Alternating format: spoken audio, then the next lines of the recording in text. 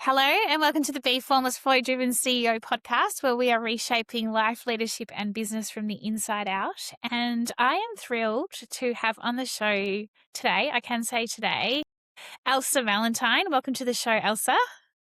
Thank you, Bea. So happy to be here. So happy to have you. I just want to tell the audience, so hello to, I should say, the audience, the listeners. How are you all? Hope you're having a fab night, day, morning, whatever time zone it is for you. Elsa and I were due to start the pod 26 minutes ago. We've been talking the whole time. It's so funny. I am connecting with some incredible people through my podcast, and I just feel like we've got a kindred spirit or something's going on, Elsa, because I was just like, da da da da da, and you were like, we were just like, it was gorgeous, wasn't it? It was amazing. And we're going to Yeah. continue in the Algarve. Oh, totally. So that's exactly right. You're in Portugal, but you're actually in the Algarve, the beautiful Algarve. Like I said to you, I was there 4 years ago for a good 3 weeks, and so right near Lagos. You said, like, what town are you exactly in? So Lagos is the town.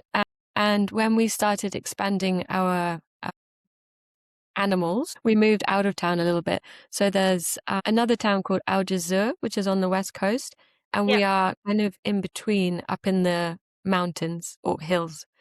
Depends on your gorgeous. perspective. Yeah. Yeah, gorgeous. And when you say animals, you have 4 horses and 3 dogs. So you must be quite the animal whisperer or animal communicator. That's a lot. 4 horses and 3 dogs. I've got Marley Bob and I'm like, oh my goodness. Well, yeah, we started with just my partner's dog, and then when my mum passed away, I was immediately like, I'm taking them. It Yeah. was instant. My sister was like, do you want to feel into that for a week? Because it's a big undertaking, scaling up from 1 to 3. And I was like, I can, but I'm super sure. And it didn't shift, and it's been the best thing. Yeah. And then with the That, horses, I didn't tell you this, but I actually met my first horse on the day my mum died, but I oh, didn't know that she had died at the time. But my partner and I were up north, and we were driving along a really random road, and this horse just started galloping towards the road. And we were like, stop, stop, stop, stop, stop. So I jumped out the car, firstly to see if he was like going to get on the okay. road. And secondly, because I was like, wow, what a being. And so I went up to the fence, and he came over to me, and he leaned over, and we had all of the cuddles and kisses. And that was it. I just felt this very powerful glow around him, and it really stayed with me that moment. And then, of course, I found out about my mum, and I was like, this is really crazy. And also, it was the height of the Lionsgate portal. I don't know if you're Oh, aware. yes. I'm on the So 8 I to the was just 8. like, So I why, totally get it. why does this all, why is this all Mm. happening? But then essentially, so we were back in the UK for a while, and then we came back, and we were up in the area, and we tried to find him, but we couldn't because he was obviously out of his like arranged place of living. And so I wrote a letter, and my friend translated it for me along with a photo that I can show you where he's leaning over the fence and I'm kissing him. And we put it in the letterbox, like the nearest letterbox, not expecting to hear anything. Basically just saying, I love your horse. And if you ever want to find another home for him, please think of me. Anyway, I got a call like an hour later from this guy who's like talking really thick Portuguese, and I don't understand a word. So I pass it to my partner, and he speaks quite good Portuguese, but he's like, I don't understand a word. So we were in a restaurant, and we pass it to a waiter, and he was like, oh, he says the horse is not for sale, but come and visit tomorrow. Okay, it said, it's very beautiful. It's a lovely story, whatever. So we went over there the next day, and he was like, do you want to ride him? And I was like, is he safe? Sure. And he was like, yeah, he's fine. So I wrote him, and he was just like, wow, what a connection you have. He was like, okay, I sell him to you. And I was not quite ready for that. Like, we just came back from the UK. We were living in an apartment. I was not thinking this would happen quite so quick. I was thinking, well, maybe we hear something in a year or 5 years. Just But whenever, yeah. so, so then essentially we started, I was looking for somewhere where he could live as a herd because I didn't want him to be, I saw him in the stable and he was pissed off. He didn't like that. So I was looking for like a holistic herd-based livery, and the kind of breadcrumb trail led to where he was living. And then also there was a place where we could live. So we moved there on a temporary And is that basis. where you are now? No, we've moved, Oh, okay. but it's not far. It's not far. Yeah, incredible. What an incredible story. And then essentially, when we have been looking at buying, we had a property under offer.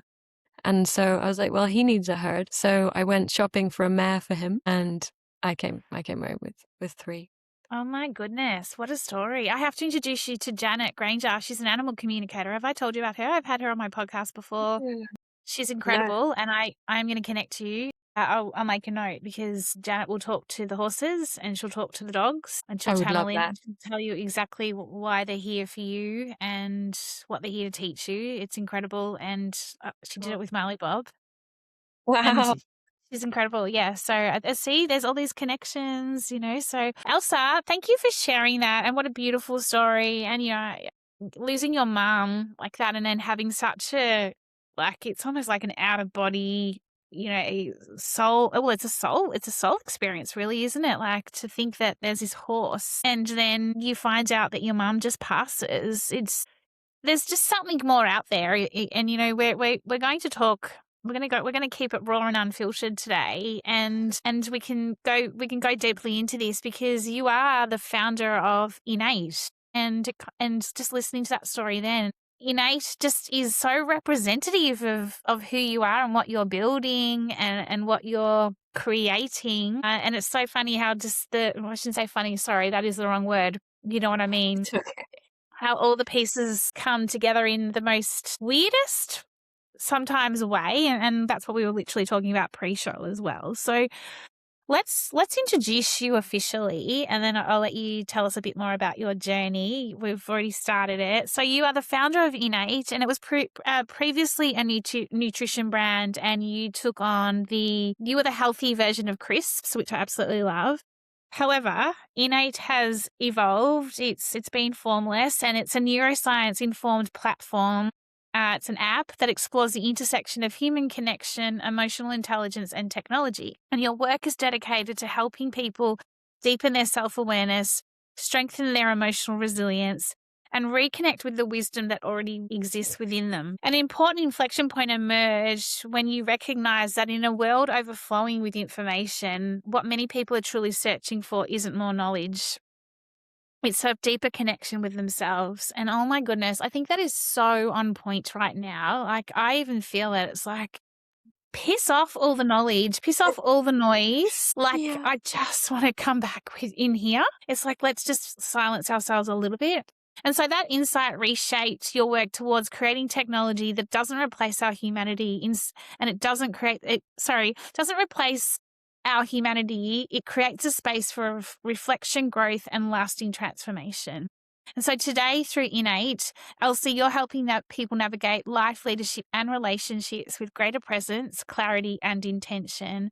And you're combining that neuroscience with reflective practice to support meaningful personal change. At the heart and soul of your work is a belief that transformation doesn't begin by looking further outside ourselves. It begins when we slow down, listen within, and rediscover the wisdom that has been there all along. I so love it. Thank you, Tell us a B. bit about I mean, you started this conversation sharing very vulnerably. I can't even speak properly right now. You shared about your mum, and that is, obviously had a huge impact on you. Tell us, like with Innate and why you're on this mission and the purpose that you're living now. I'm sure it's all somewhat interconnected. Oh, entirely. It's like you were saying, it's incredible sometimes when you just take a moment and you see all of the tiny moments that have like interconnected into this insane web that have created this exact moment. It's like kind of staggering. And it's like as Steve Jobs says, it's like you can't connect the dots forward, only backwards.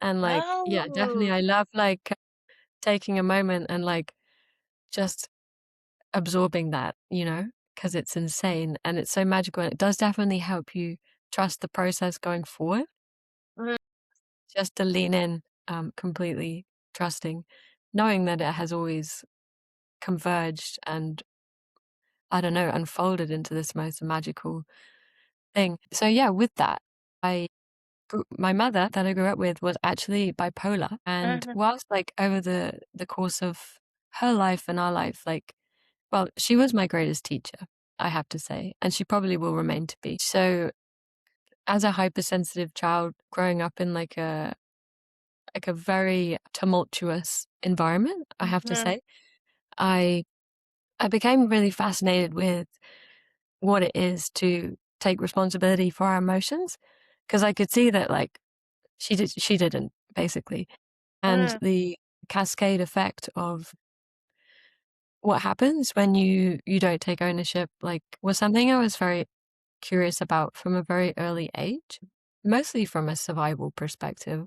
But also, like, I don't know, I did find myself asking very philosophical questions from quite a young age, which is interesting. And I think it came from a place of because there was so much stress compounded, I was completely disassociated. So I didn't really Mm. have any connection to emotions, only like my thoughts and kind of interesting sensations and fascination. So I was really fortunate that I remained in touch with that because one of the things I decided was that I was going to kind of follow my pillars of fascination and then see where they might take me in life. And Mm. this has kind of remained intact.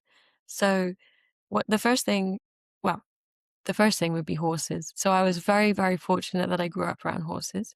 And I say Mm. that my mum was bipolar and she had these challenges. She also like provided amazing things for us and she was wonderful. And the horses really was something that I always went to in moments of stress and when I didn't know what to do, overwhelm. And Mm. they always helped me regulate and they taught me presence and awareness. And yeah, it was incredible. Yeah, because can we just pause there for a second, Elsa? Because horses, they have this gift, don't they? They have this unique ability to. I remember when I was, yeah, I'd been to Portugal and I was also went to Spain, and there's a place in Spain, you probably are familiar with it. It's a I can't remember the town for the life of me. And there's a whole show place there, and there's the whole story of horses and their ears and the way they trot and the way they like, and it teaches you a lot about how you talk to horses and how horses communicate with you. And there's something really innate in terms of that, isn't there? Like there's just this, they just get like they just get it. Like, do you know what I mean? Like you say that there's this because you were talking around this disassociation and protection. And then here these horses are doing the opposite. They're Yeah. they're bringing you back to yourself. They're stopping this disassociation and they're going, hang on a second, come back here. Yeah, they're very grounding. And also Mm. because they're prey animals, so their survival relies on them being 100% aware to everything around them in any split Mhm. second. So their survival relies on presence, and they don't have any kind of interference with that. They're super grounded and they're super present, and they're very connected to each other because that's also part of their survival. And so when we are with them, well, we are predators, so it's also kind of amazing that they like to Mm. hang out with us, but Mm. they are very, very aware of us. And then they also show us what's happening within us. They're like quite a pure mirror. So when they do something a certain way, like you know that it's reflecting you. So also in that time when I was pretty disconnected from my own emotions and stuff, like I would always be kind of like fascinated with how the horses would show me. Yeah, magical. Beautiful. Yeah, totally. So you have this mum who's bipolar. She's your biggest teacher.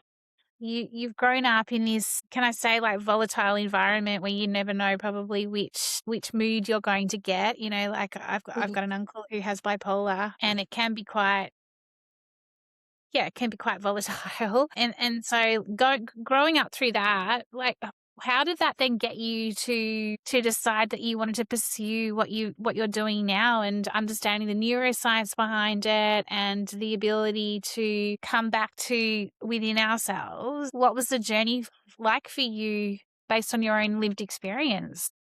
So there were quite a few steps in between then and now. I was also from a very young age very into art, but most specifically like very, very high detailed drawing.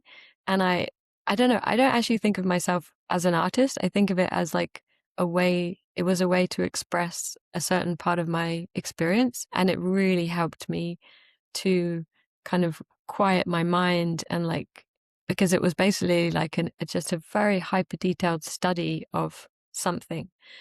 And it was very soothing. But I became a commissioned artist. So that was one of my pillars of Oh, fascination. And then I decided to travel around the world and doing this and also training horses. But before that, my first job was in California working with sharks, which was, I think, essentially it was in the first instance a bit of a like two fingers up at my parents. But then I traveled the world doing art and running horse trekking companies. So in Cyprus and New Zealand. wow. And I think it was like I really needed to start moving and like following my whim and like kind of because when you live in an environment that's so like controlled, like I needed to figure out what I wanted to do and like learn how to be like an autonomous human, which is actually like no small feat. So that happened There's to some them. Yeah, because there's something really interesting about the word moving that you just mentioned then and controlled environment. Because you can be in a controlled environment with parents or whatever. You can also be in your own controlled environment. Like, do you agree? Mhm. Like, in terms of, I was just saying to you before, I feel like I need to just, it was move. I didn't use the word move. We Yeah, quite, there's something really interesting in what you just said then in terms of that whole control and the ability to be able to move and coming right back to being formless in terms of when you get too rigid or you get too fixed in a form, you need to move to know to kind of go, hang on, this is where I'm going to go next, or this is what I'm going to do next, which is ultimately what you did. totally. And it's like you said before when we were talking about how moving to a different place changes your perspective. And it's something that even like if I'm sat in a room and I'm working and like I feel like I'm stuck, I'll like move to the other side of the Yes. room. And even just like a small or turn around, like it does help you change your perspective because we do get stuck in the same Yeah. kind of and like we're not really born to be sat in the same space constantly, right? Like we used to live as I was gonna say herds, tribes, like and we would be, covering like 50 square miles or something. Yeah.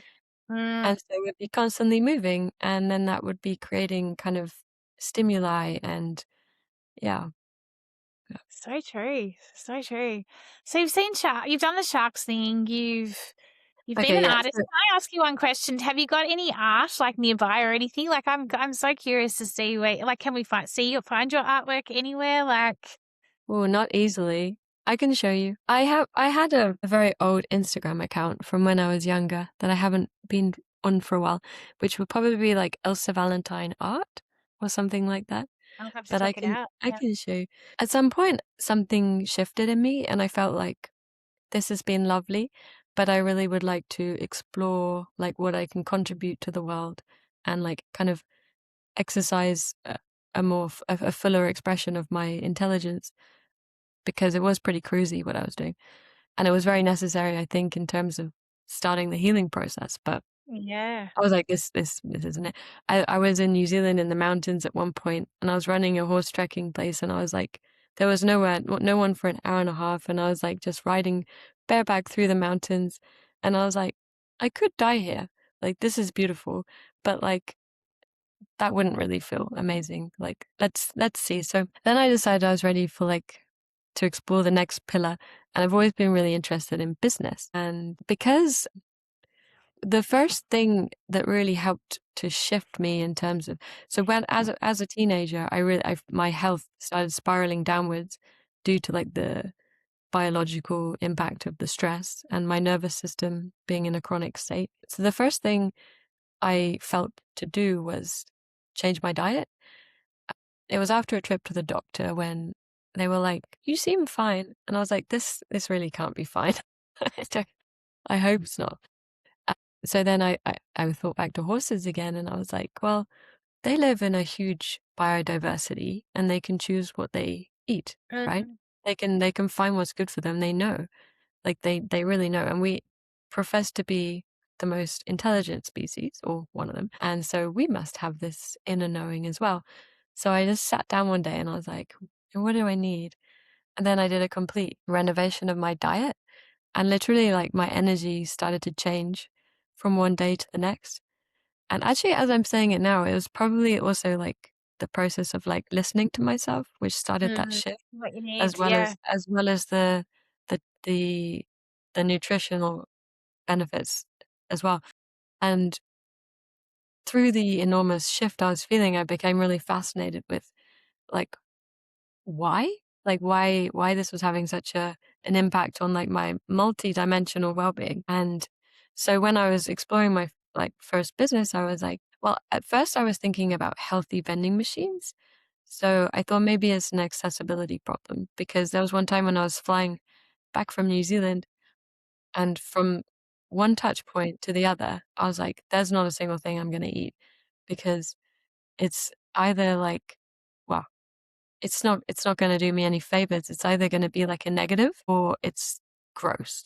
And so, Yeah. like, I mean, we can live for a month without food. I was like, I'm not gonna. And then, so I thought maybe healthy vending machines. But then when I was exploring like the available options, I realized like just really isn't much that kind of justifies a healthier choice, because if you want someone to kind of lean in a healthier direction, right, it has to offer some sort of Yeah, sensory absolutely. euphoria or like a nice moment. So then I turn my focus to creating some products, thinking like, oh, I just do that and then I'll do that. But obviously, it's quite a big undertaking. So Totally. so yeah, it was very, very fun. And then my friend flew over from New Zealand to be my co-founder, and yeah, we invented a healthy alternative to crisps made out of vegetables, coconut, and almond, and then air dried. And we launched into do you know Sainsbury's? Yeah. And I do. Yeah, I know Sainsbury's. quite a few stores, and we started doing some export. And then I discovered that I was actually in the process of burning out again. So Mm. we were at a consumer show, and because our brand was all about like health and vitality, I had to take myself away because I was making my brand look bad. So I was literally like not the picture of vitality at all. And I went into a cafe, and the doorman was like, "Are you okay?" And I was like, "Obviously not." So I Well, just decided, you don't notice it when you're burning out. Like, I look at pictures of myself from years ago and I'm like, God, I look a shell of a person compared to now. Then I look at myself sometimes and, I look at myself daily on these podcasts, like, and sometimes I'm like, I look brighter than other days. And I think if you are living and breathing something that is talking about wholeness, health, inside out, you can't be you can't be pretending that you're living it, and you have to be actually doing it, right? Like, or yeah, you have to admit when you're not doing it. And I think that's half the battle out there, is because we'll get to the knowledge piece shortly. There's so many people out there saying that I'm peachy and everything's great, and then behind the scenes this is like a duck, everything's just like 100 miles an hour. So I'm like, hang yeah, on, like, just it's be so honest, true. It's you so know? true.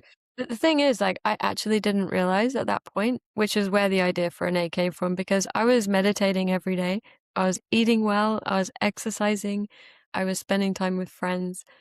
I really, I really just kind of quantified that, like, I'm doing everything right. Like, because I understood in my childhood that I wasn't doing any of those things. And so I was like, I must be fine.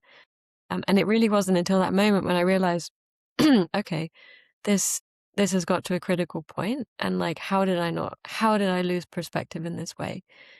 Because I don't know, I was finding a way to bypass it still somehow. Yeah, you were disassociating still, right? Like, you were still trying Yeah. to control the situation. I had a therapist once and she said to me this a few years ago, she's like, "You're disassociating, like getting pissed off with me." And I'm thinking, I actually sometimes don't even know when I'm doing it. Like, because it's such a habits habit might be the right word. It's just so innately within you. Hmm. It's an identity that you have, that it just switches on. And so Yeah. sometimes you lose sight of when you are disassociating and you're just like, no, everything's good. I'm fine. I'm doing all the healthy stuff. I'm feeling good. Yeah. And then you're like, oh, We're actually, not. hang on a second. like my little mentee bee last week that I was telling you about, where I was just like, I'm not good. I'm not okay today, you know? But everyone has those days and it's like totally fine, right? And I think it's what you say about being authentic because Yeah. like no one's infallible and that doesn't really present an appealing look anyway. Like, No. yeah. And the more you pretend to be, the more collapse is happening inside. Yeah. And the more lost you become, I think, too.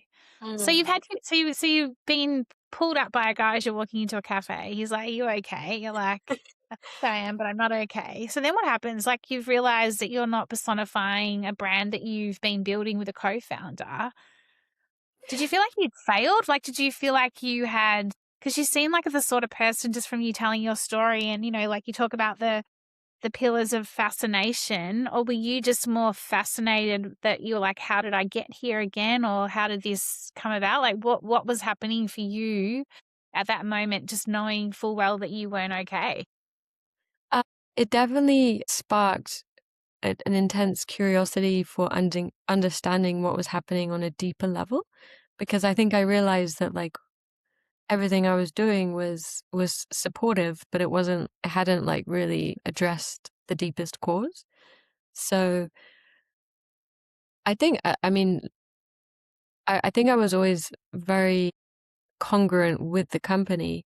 Like it was very much I loved it. I was super fascinated with it. And I think also like I don't know, like starting a company in your 20s, you have so much energy and inspiration, you Yeah. just throw it and you don't really think about the sustainability of it. But it really just like led me to question because I thought I was like healed at that point, or I thought I kind of knew what was going on. And then I realized like, okay, no, I didn't really understand the depths of what was happening and what I did know was my internal reality was my external reality was a reflection of my internal reality.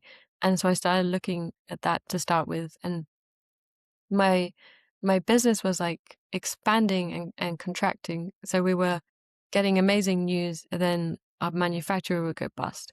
And so like it was a constant like kind of battle. And so I was like, what is the battle that is within me? And honestly, like that question and that sort of desire to like really understand myself on a deeper level was really Mm. and then I was exploring a system for myself in that to try and help me maintain perspective because like as you know you can't see the picture when you're standing inside the frame. And so I really just started exploring things and asking questions. And then initially Innate was mostly like an emotion tracking app or like helping you to it still is helping you to maintain perspective over your internal world.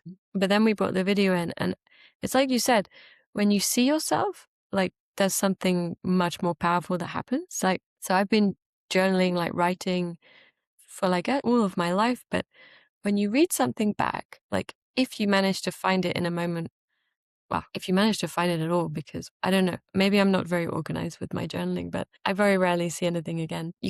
You've lost the memory around the state and like what was happening in between the words, you know? And when you see yourself, it's so powerful because like quite often I like I write a message to my future self and I think I'm like really great. And then I look back and I'm like, I can see what's happened. I can see like tension in my face. I can see Yeah. like the kind of flags, like and so it really helps you to build a more intimate relationship with yourself and like really help to develop that compassion. And it's a very interesting kind of mirror maze that you tumble into, having that conversation with yourself over time. And like Mm. there was one moment when we introduced the respond feature. So the flow is record, reflect, respond, and then rewire. So you record a message to your future self, and then the app will bring you back a moment, a video that you recorded previously when you were at the moment experiencing the opposite emotion. So if you're feeling very flat and unmotivated, it will bring you back a video when you're feeling joyful and inspired. I love that. So it's almost like disconnected when you're feeling disconnected from within yourself, and you're almost like extracting, you're going for the external. What it does is it'll pull you back to your innate self and within you, and that is that whole video reflecting of when, like you say, you've been more joyful, where you've been more interconnected, to remind you that this isn't who you are. This is just a moment in time. Is that right? Like in terms of, Yeah, is that, yeah. it's actually really interesting because it also like, well, it connects back to the inspiration that I have from my mom. Like, because when you're bipolar, when you're in a state, you Mm, have no recollection of any other state. It's completely consuming you, right? But right. actually learning a bit more about neuroscience and how we all experience that, but not to the same degree. So when we are experiencing an emotion, our brain looks for other thoughts and memories to give that more momentum and to confirm it. So we literally lose access to memories when we were feeling another way. So it can be super powerful Mm, to be revisited by yourself and like the state that you were in and the wisdom that you had in that moment, or like the things that you have are remembering or experiencing in that moment that in the opposite state you have forgotten. But then on the other side, it's really fascinating, say when you're experiencing peace, to watch back a video of yourself when you're really pissed off or you're really angry, because when you're angry, you I mean, it's not the right time to try and understand it, right? You just need to be with it. But then when you can observe yourself back, then something kind of magical happens because you can observe yourself with the objectivity that you would a friend, because you're not in that emotion anymore. You have as much mm. distance as you can. And then you can reframe it. You can offer a new perspective. And that is a process called cognitive reappraisal. And it's one of the ways that we can rewire our mind. So it's really I interesting. love it. So how do you then, so if I sign up to your app, for example, and I start recording, like recording an emotion or how I'm feeling, like, what do you call it? Do you call it a memory, or do you call it like when, or a journal, sorry, a journaling, you're journaling, like, is it an everyday like ritual that you need to do it, or you just do it whenever you're feeling the need to do it? That's my first question. We think of them as like video time capsules. Uh-huh. So yeah, it is kind of like a memory. And we're in beta testing at the moment. So we don't have like a long kind of time to look back on like user behavior. Yeah. For me, for me, I and what I've noticed is that like once you get in the habit of like once you understand and once you realize how interesting and how valuable it is when these moments come back to you, you kind of remember more frequently to record them. Like, so we send like a regular, like a daily notification to encourage the recording of any kind of triggers, epiphanies, or just memories. So like, and then so like in the moment, if you have an interesting trigger, like someone says something and it kind of annoyed me, or I'm like, huh, then I record it because then I can like hand it over to my future self to deal with. I love that. It's so cool. Because even But like then, I was saying, oh, sorry. but yeah, but the epiphanies I think is yeah, well, equally if not more important, because those are what are going to come back to you when you're feeling awful. Yeah, because it changes behavior, right? Like you talk about this cognitive appraisal, and it's almost like recalibrating. I think of it a little bit like EMDR, but different. You know, I don't know if you've ever done EMDR therapy or anything like that, but it puts it to the back of the brain, that memory, that bad memory, so that the prefrontal cortex and all of that is recalibrating, and that you're not having these bad memories or these sad or whatever sort of feelings or emotions. Instead, you're having this ability to be able to be exactly what you're talking about, aligned, interconnected, the ability to be present, not disassociated, interconnected, mind, body, soul. Mm. And I think that more and more, like, it's just with so much technology and knowledge and noise and everything going on out there, this just feels more important than ever. But the ability to just be able to film it, I need to go on this app. Like, I'm just like, You're You know, welcome. like it's a game changer. I love it. Thank you, B. Yeah, Mm, it's definitely super interesting to be able to externalize it. And I don't know, the more that we interact and the more we have users interact, the more things kind of tumble out and we're like, wow. Like, even just like when the app brings you back a video, just witnessing yourself with self-compassion is something really, really profoundly healing mm, in a way that like maybe the depths I don't fully understand, but like you can feel it. It's like, yeah, yeah, magic. totally. And so then what sort of feedback are you getting, Elsa? Like if how long have you been the new platform? How long has it been? You're in beta mode. How long have you been in beta and when are you looking to like what are you doing? Like what's the length of the beta mode before you actually go launch it officially? So this is our we built the app previously, and then we've just rebuilt it. So we had some issues with the back end, and which was a bit of a burning platform.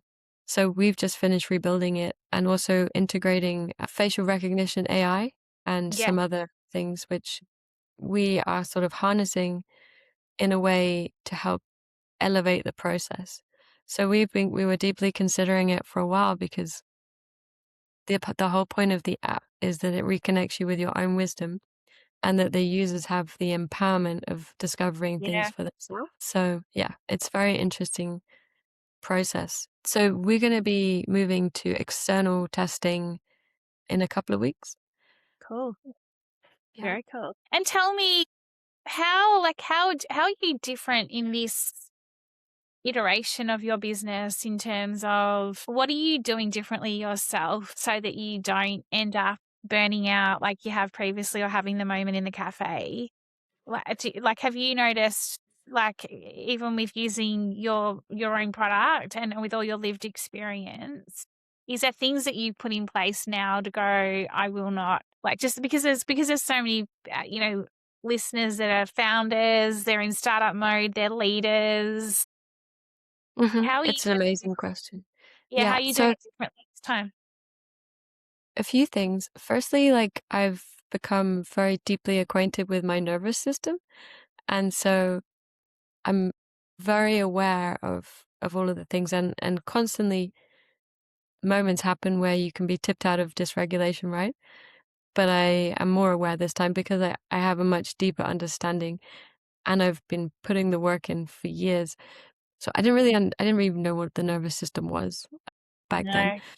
So then also it's kind of connected. I try and work in an endogenous way rather than exogenous. So if I'm trying to work from my inspiration and from a place of alignment, which is not always sorry, Don't my worry about the noise. there is Whatever goes. Like Molly Bob's cracked it. He's asleep and I can yeah, so like there are multiple things. I think for one, being a little bit wiser about the workings of my nervous system and being deeply acquainted with it. I mean, it's an infinite process for sure, but having the understanding and learning about my sensitivity and how these things show up. Like I'm constantly monitoring if I like kind of freeze or if I stop breathing. Like it's yeah, there are so many ways that we can sort of tip into dysregulation. So having a really keen process to monitor that, which and the app is absolutely instrumental Oh, I in that love for that. me. So endogenous, just to share what that actually means versus endogenous. Endogenous, I'm assuming you're going with your biological clock, it's how your biology scales versus Basically, working. it's like endogenous is like coming from within Yeah, and exogenous is like acting from external pressure, which is yeah. also like from your mind or overthinking or anything you think you should do. And I would say it's pretty difficult to be entirely endogenous, so coming from within. But I definitely notice more when if I tip into exogenous and I'm acting from external forces, then I know that I'm acting from adrenaline and that is not going to be sustainable.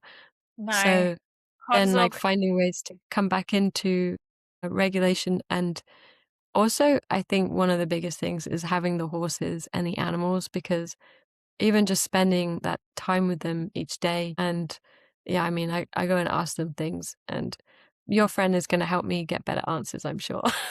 Yeah, you totally But will.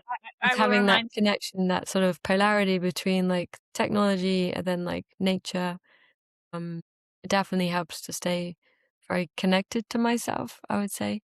I Because agree. before I I was mean, living in a city. Yeah. yeah, my brother's exactly the same. Like he pulls me right into shape, and like he's over it tonight, and because I've been on the laptop all day today, but he's cracked it. He's sleeping. He'll play after this. It's he's totally fine. It's just they just know. They just have this unique ability to know. Can I Yeah. tell you just quickly? I had the funniest dream last night. I dreamt that it was I don't know, new moon. I've had really vivid dreams the last few days with this new moon, and I was dreaming that I was at the football of all places, and he came with me, and I left him at the seat, and I went off on this adventure for like a quarter of the football game. And then I realized that I'd left him there, and he wasn't being supervised, and I had this panic attack, and so I ran back, and I was freaking out thinking he'd be gone. There was crowds everywhere, and there he was, just staring at me, sitting there. And I just feel like that dream was almost pulling me back to being peaceful and within as well. It was just he's my grounding, and just knowing he was just there. It's just like, it's always coming back to ourselves, isn't it? Ultimately, that's what we're talking about here. Yeah. He's like, "I'm always here, mum."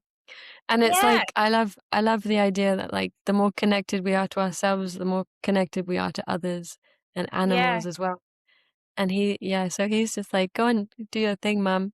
I'll be right here." And what yeah. an I'm always amazing going to be feeling. here. Yeah. Yeah, it's so incredible. So, Elsa, so what's next then? Like, you've been on this fascinating journey, and you talk about the pillars of fascination, and I absolutely love it. Like, I guess I've got two final questions for you. Do you think that we ever stop evolving? Like, do you think that we ever get complete inner peace with oneself within, or is there moments of inner peace and then there's moments of the need to go deeper? I think that it's a constant journey, and I don't think you can ever be like, "I've completed it." I don't think it's like that at all.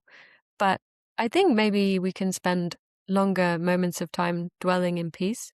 But then as we keep kind of challenging ourselves and expanding, there's always going to be moments of discomfort, right?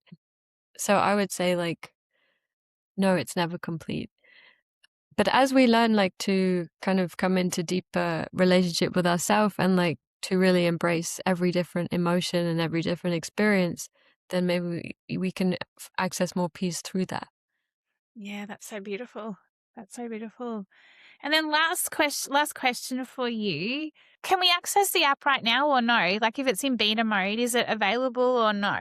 Not right now, there's a wait list, but, we will be opening the doors quite soon.